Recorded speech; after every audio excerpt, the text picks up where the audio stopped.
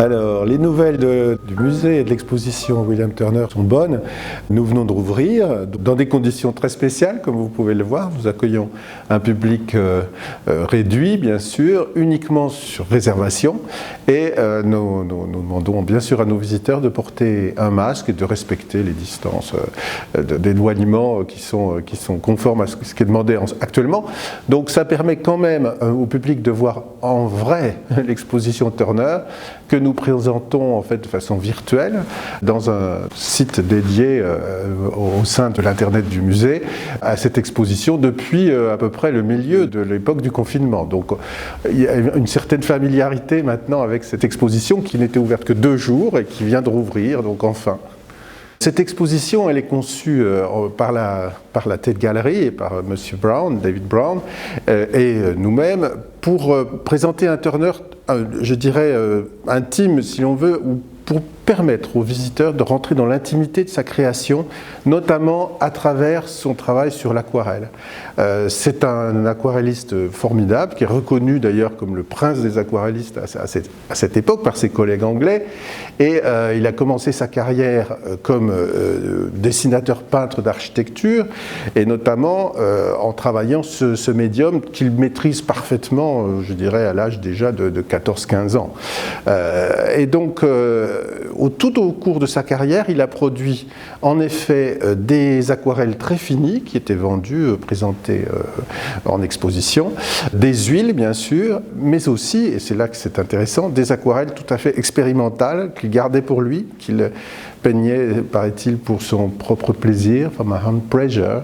Et donc, nous avons essayé de tisser dans notre exposition ces liens très intimes entre les huiles et les aquarelles. Nous présentons 60 aquarelles, une dizaine d'huiles, et qui illustrent en fait ce propos des passages dans la création de Turner d'une technique à l'autre.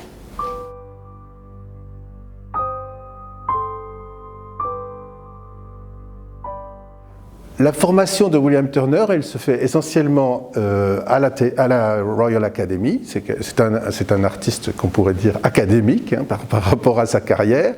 Il est d'abord spécialiste de perspective. Et d'ailleurs, dans toute sa production, on aura toujours ce souci de profondeur, de donner aux vues de paysages qu'il crée une profondeur, une troisième dimension. Il deviendra professeur de perspective à la Royal Academy. Mais assez vite, il est quand même spécialiste d'architecture et il va glisser en fait de ses spécialités d'architecture au paysage parce qu'il reçoit de nombreuses commandes de nobles anglais qui lui demandent en quelque sorte des portraits de leur château. On en présente plusieurs dans cette salle une, et donc il glisse comme ça un peu d'un sujet à l'autre, et je dirais qu'au départ il fait des portraits de châteaux dans un paysage, et puis petit à petit ça devient des portraits de paysages avec château. Enfin il a cette évolution qui plaît d'ailleurs énormément à ses contemporains qui sont des romantiques.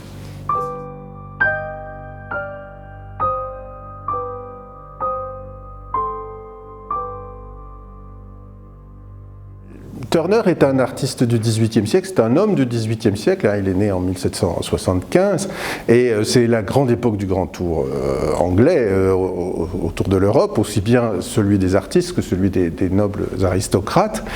Néanmoins, cette tradition est extrêmement entravée par la guerre avec la France, le blocus continental, et Turner ne pourra pas vraiment voyager avant la paix d'Amiens, où il fait un bref séjour en France, visite le Louvre, visite la Suisse et retourne en Angleterre, mais de nouveau c'est la guerre et il ne pourra véritablement voyager comme ses collègues qu'après la chute de Napoléon. Après 1815. Donc son premier grand voyage en Italie, c'est 1819. Il sera un grand voyageur, il ira souvent en Italie, notamment à Venise. Il ira souvent en France, il a fait ses célèbres voyages le long de la Loire, le long de la Seine. Il ira souvent en Suisse et il partage en quelque sorte son temps, si je puis dire, entre une moitié de l'année en voyage, une moitié de l'année à travailler dans son atelier à Londres, parce que la plupart des aquarelles qu'on voit ici sont faites en atelier.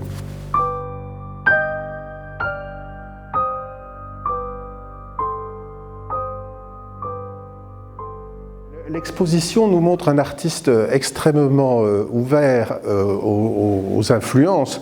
On le voit notamment dans sa jeunesse regarder et imiter les œuvres hollandaises du XVIIe, les œuvres de Claude Gelée, le Lorrain, qui est un artiste extrêmement apprécié des aristocrates anglais qui achètent des Claude Lorrain quand ils font le grand tour, précisément. Donc c'est un artiste un petit peu éclectique, et puis peu à peu il a une personnalité qui se forge, qui est vraiment une personnalité très forte, notamment dans ses œuvres expérimentales qui frôlent parfois l'abstraction, la peinture gestuelle, qui sont tout à fait étonnantes de modernité et qu'on a justement redécouvertes à la fin du XIXe siècle et au XXe siècle parce qu'elles sont marginales, elles sont étranges, elles sont tout à fait avant-gardistes. En tout cas, elles nous paraissent avant-gardistes. C'était une production qui était cachée, secrète, qui était dans ses cartons, qui n'était pas présentée au public. Mais aujourd'hui, on peut regarder ce regard privé de Turner comme une des premières démarches en fait, de modernité, de subjectivité de l'artiste par rapport à son sujet, puisque certaines n'ont pratiquement pas de sujet en fait.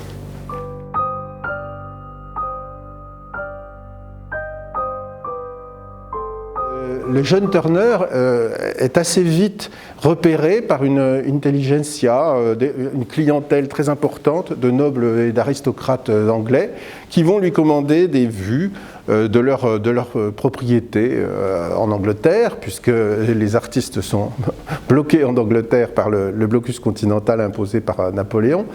Et cette vue de Fountain Hill, par exemple, est tout à fait typique de ces grandes aquarelles très ambitieuses qui sont réalisées par Turner sur la demande de commanditaires extrêmement, je dirais, prestigieux et surtout très fortunés. Cette Fountain Hill, cette abbaye avait été restaurée et appartenait au célèbre Beckford, qui est une sorte d'extravagant aristocrate, poète, écrivain, critique d'art, tout à fait représentatif de ce monde cultivé et artistique que fréquente le jeune Turner. Sachant que nous sommes là dans cette Angleterre pré-romantique qui est très en avance sur je dirais culturellement sur le reste de l'Europe, qui va débouler sur le romantisme dans les années 1820. À côté d'elle, nous avons placé une huile qui représente le château de Kilgarren. C'est d'ailleurs le seul tableau qui n'appartient pas à la tête galerie, c'est un tableau qui vient de National Trust et qui illustre bien cette équivalence esthétique qu'à ce moment-là, dans sa carrière, de recherche Turner, c'est-à-dire que l'ambition des formats de ces aquarelles est tout à fait exceptionnelle aussi pour son époque, et les teintes, l'atmosphère lumineuse, l'atmosphère colorée est tout à fait équivalente dans le travail à l'huile et dans le travail à l'aquarelle. C'est une recherche esthétique sur les transparences, sur les frottis, sur une matière picturale, dans un cas comme dans l'autre, qui va aboutir à une recherche surtout sur l'atmosphère, sur la lumière.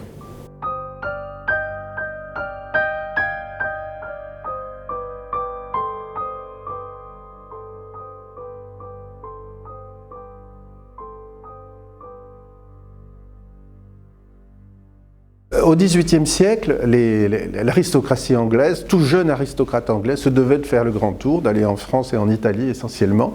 Et pendant ces voyages, ce jeune aristocrate souvent commandait son portrait à Pompeo Batoni, achetait des Canaletto à Venise et surtout aussi achetait des Claude Gelée à Rome. Alors, Claude Gelée est un peintre français du XVIIe siècle qui a vécu toute sa vie à Rome, mais qui a énormément plu le siècle suivant à la clientèle anglaise, qui a rapporté en très grand nombre ses œuvres dans les châteaux, dans les propriétés anglaises. C'est d'ailleurs comme ça que Turner a pu connaître l'artiste, puisqu'à cette époque-là, il n'a pas encore pu voyager en Italie. Et il y a une forte demande en réalité de ce style très lumineux, très intéressant à la Claude Gelée. Et Turner va peindre un certain nombre de pastiches, en fait, de véritables pastiches de Claude Gelée, comme celui-ci qui est en fait un paysage anglais, qui représente le pont de Richmond Hill, mais alors vraiment reproduisant en fait les schémas esthétiques de Claude Gelée, le Lorrain, notamment cette lumière qui vient de face, ces couchers de soleil ou ces levées de soleil qui sont absolument typiques de sa production et que Turner reproduit ici avec une grande habileté. On n'a pas l'impression du tout d'être en Angleterre, on a l'impression d'être dans cette Italie du XVIIe siècle. Et Turner ne peint pas de portraits, il peint essentiellement des paysages et quelques grands tableaux d'histoire et de mythologie. Alors ça, c'est sa production vraiment très officielle, alors que la production personnelle va partir du paysage et, je dirais, dériver sur des choses plus expérimentales. En 1815, la chute de Napoléon permet une certaine circulation en Europe qui était bloquée depuis des années, et les artistes vont pouvoir aller en Italie, en Espagne, etc. Surtout en Italie, en France et en Italie. Et Turner n'échappe pas à la règle, qui va pouvoir partir en 1819, découvrir ce pays qu'il ne connaît pas encore, et véritablement cette expérience italienne va être pour lui un choc esthétique extraordinaire. On le voit dans les premières aquarelles, dans toutes ces années de formation. Il a une palette très douce de gris, de brun, de beige. C'est un artiste vraiment véritablement britannique pour cette espèce de retenue dans les coloris qu'il a. Et puis l'Italie va le révéler à une nouvelle lumière, une nouvelle couleur, une nouvelle façon de voir même la nature. Et cette vue du lac de Nemi, qui est une œuvre inachevée, est tout à fait représentative de cette audace qu'il conquiert en quelque sorte en Italie. C'est intéressant d'essayer de comparer mentalement une œuvre comme celle-ci avec Corot, qui travaille au même moment en Italie. Corot, c'est la recherche de la subtilité, de la lumière et de paysages extrêmement harmonieux. On sent chez Turner, au contraire, une recherche plutôt de violence, de retranscrire une impression qu'il a eue en fait. Il recherche plutôt l'expression de ses réactions face au paysage que l'expression même d'un paysage réaliste. En ça, il est complètement romantique, c'est-à-dire que l'art, lui, c'est un véhicule pour exprimer sa recherche personnelle, qui est une recherche de sensations, en fait, comme beaucoup de romantiques. D'ailleurs, à la fin de sa vie, un de ses derniers voyages, il explique qu'il veut aller au bord des plages pour avoir des belles tempêtes. Enfin, c'est quelqu'un qui recherche une force dans la nature, ce qui est la recherche du sublime, recherche commune à la plupart des romantiques. Et ce lac de Nemi, avec ses taches de couleurs, alors certes le tableau n'est pas terminé, mais on sent bien qu'il y avait là une force, une énergie tout à fait nouvelle dans sa recherche picturale.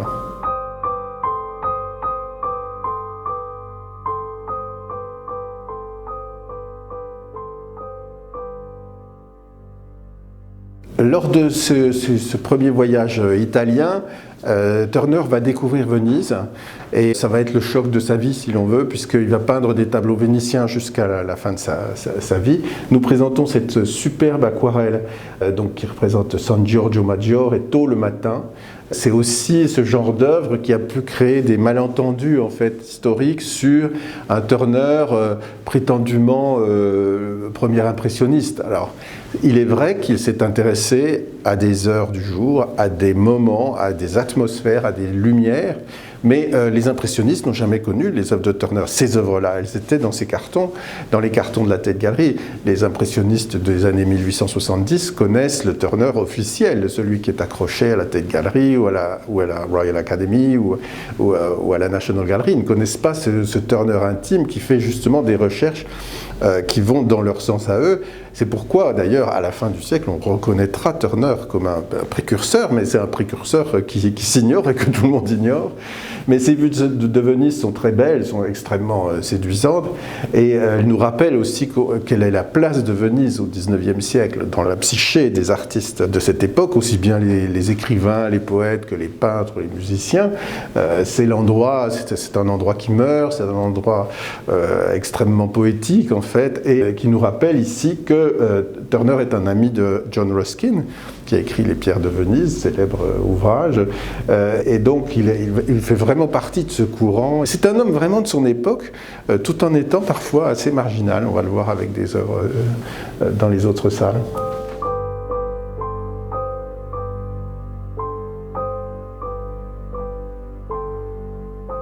Durant ses voyages, Turner va aimer beaucoup la Suisse et la France des Alpes. Il y passera beaucoup de temps au bord du Léman ou ici à Chamonix. Il y peint certainement quelques-unes de ses aquarelles les plus belles. Quand je dis il y peint, il y conçoit certaines de ses aquarelles, puisque ses œuvres extraordinaires sont réalisées en fait bien plus tard en atelier. La technique de l'aquarelle est une technique assez élaborée. Il faut avoir une planche, mouiller ses feuilles, etc., les tendre avec des bandes de papier gommées. C'est une technique qu'il ne pratique pas en plein air. Les témoignages de l'époque le disent assez clairement. Il a très peu peint en plein air. Et donc ces œuvres extraordinaires sont des œuvres de mémoire, ce qui nous dit un peu l'extraordinaire et l'exceptionnelle mémoire visuelle de Turner, qui recrée en fait ce qu'il a perçu ou ce qu'il a ressenti et qu'il a juste noté dans ses carnets avec des petits croquis assez simples et qu'il réélabore en atelier plus tard à Londres. Ces paysages nous rappellent en fait ce sens du sublime que recherchent beaucoup des artistes de l'époque romantique, hein, cette nature qui domine l'homme, qui l'écrase pratiquement de sa force. Et on comprend qu'un Anglais de Londres soit tout à fait ébloui par la beauté des Alpes et la beauté du Mont Blanc à côté de Chamonix.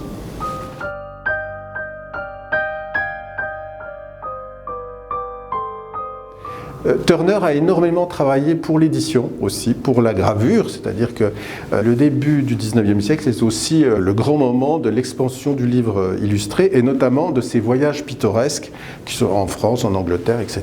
Et il a beaucoup participé à l'illustration de recueils de poèmes, mais aussi de ses voyages.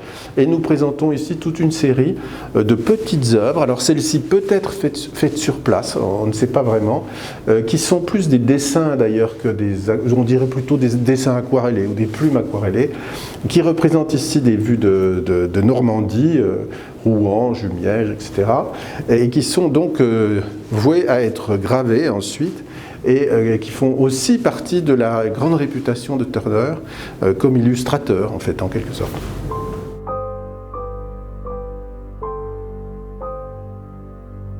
Le travail de Turner sur l'aquarelle, avec l'aquarelle, est quelque chose de fondamental, j'allais dire presque dans sa vie d'homme, on dirait presque une gymnastique quotidienne, tant il a fait d'aquarelle. Il y en a, selon les estimations de la Tate, entre 19 000 et 30 000 conservés dans les cartons et les carnets de la Tate Gallery.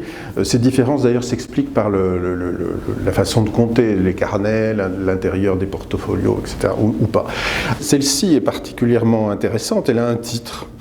Une épave, sans doute donnée par Ruskin ou plus tard par des conservateurs de la Tate Gallery. Elle en dit long sur cette recherche d'abstraction et d'émotion, d'expression, de mouvement que Turner recherche dans ses aquarelles, qu'il appelle d'ailleurs, lui, des color beginnings, des ébauches colorées. C'est-à-dire que c'est des tâches qui vont pour lui fixer ensuite, plus tard, des tableaux. Mais on ne peut pas dire que ce sont quand même des œuvres préparatoires. Ce sont plutôt des œuvres en amont qui lui permettent de réfléchir à des rapports colorés, donc Color Beginnings. Et ici, ce titre qui suggère une tempête est tout à fait subjectif. Enfin, on sent un côté très arbitraire parce que cette aquarelle, c'est un peu comme un haïku pictural. C'est jeté en quelques secondes sur le papier. J'utilise ce terme asiatique parce qu'il y a un peu cette recherche dans certaines voies de l'art asiatique, de cette spontanéité quasi abstraite devant la nature.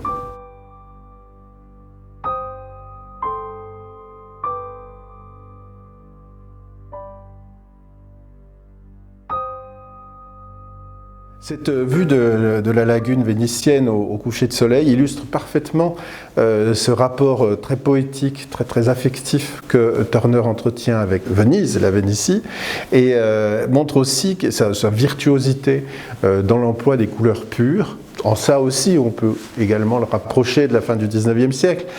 Ici, sa palette est vraiment très vive, en fait. On passe des bleus, des verts, c'est pratiquement toute la palette de l'arc-en-ciel, avec néanmoins une légèreté, une transparence tout à fait remarquable.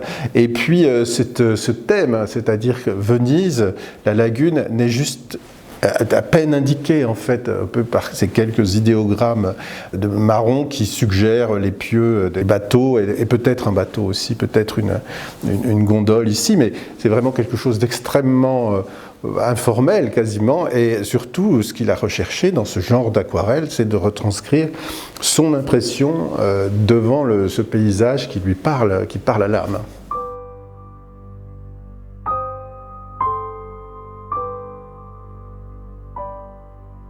En face de ces aquarelles presque abstraites ou carrément abstraites, nous présentons parmi les dernières toiles, les dernières huiles de Turner, ces grandes marines exceptionnelles, extraordinaires, tout à fait, je dirais, anachroniques quasiment pour le 19e siècle. Ce sont des œuvres avec une technique, d'une virtuosité et en même temps d'une spontanéité tout à fait nouvelle. La peinture, la matière est grattée, écrasée, projetée, et surtout on y sent cette circularité, cette gestuelle, qui est une chose tout à fait nouvelle aussi dans la peinture, avec des projections, du spitting, il y a toutes sortes une approche matiériste de la peinture, de la matière picturale, qui est exceptionnelle, qui est très nouvelle. Le sujet, c'est pratiquement une anecdote, c'est-à-dire quelques voiles et la silhouette d'une ville à gauche au fond, toujours cette idée quand même de profondeur, mais l'impression que Turner a voulu donner, bien sûr, c'est la lumière, c'est ce poudroiement et ce tourbillon de lumière que le spectateur, en quelque sorte, prend en plein visage. Et cette violence, en fait, qui évoque une tempête, mais c'est une tempête complètement mentale. Enfin, c'est pas du tout la représentation d'une tempête, c'est la représentation du sentiment de la tempête.